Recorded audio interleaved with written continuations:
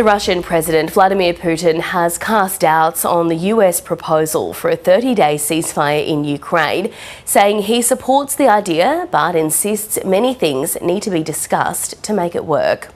More than 3 years after the Kremlin launched its full-scale invasion of its smaller neighbour, there's a renewed push to end the war, which has left hundreds of thousands of people dead and displaced millions of others.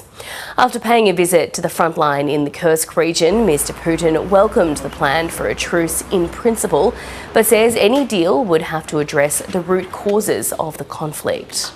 The idea itself is correct, and we certainly support it. But there are issues that we need to discuss, and I think that we need to discuss it with our American colleagues and partners.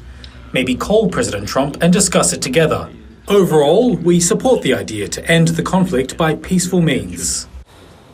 Since Donald Trump returned to office, the United States has opened direct dialogue with the Kremlin, which had been isolated by the West during the course of the conflict. At the White House, the US President has been meeting with NATO's Secretary General Mark Rutte. Mr Trump says the signs from the Russian leader are promising. He put out a very promising statement, but it wasn't complete. And yeah, I'd love to meet with him or talk to him. But we have to get it over with fast. You know, every day people are being killed. It's not like, as we sit here, 2 people will be killed. Think of it. 2 people are going to be killed during this little period of time.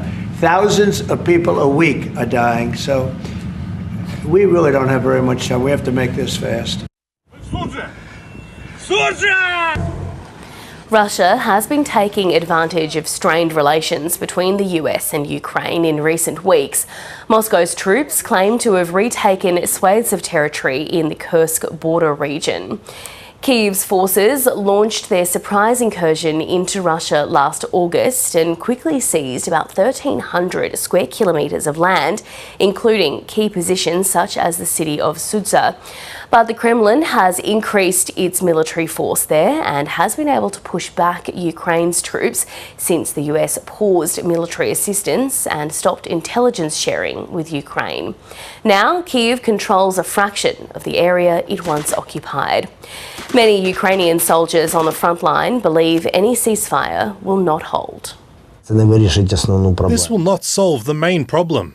It is unclear what steps will be taken next. And my personal opinion is that the ceasefire would not last a day. I will never agree to any truce. I agree only to victory, only to take back our territories. They just have to answer for their actions, for our destroyed cities, for our villages, for every person. They have to answer. The Ukrainian President Volodymyr Zelenskyy has accepted the terms of the US ceasefire proposal. He believes Russia is trying to set conditions to delay or to scrap it altogether. We've heard the predictable manipulative words from Putin in response to the idea of a frontline ceasefire. He is already laying the groundwork for rejection.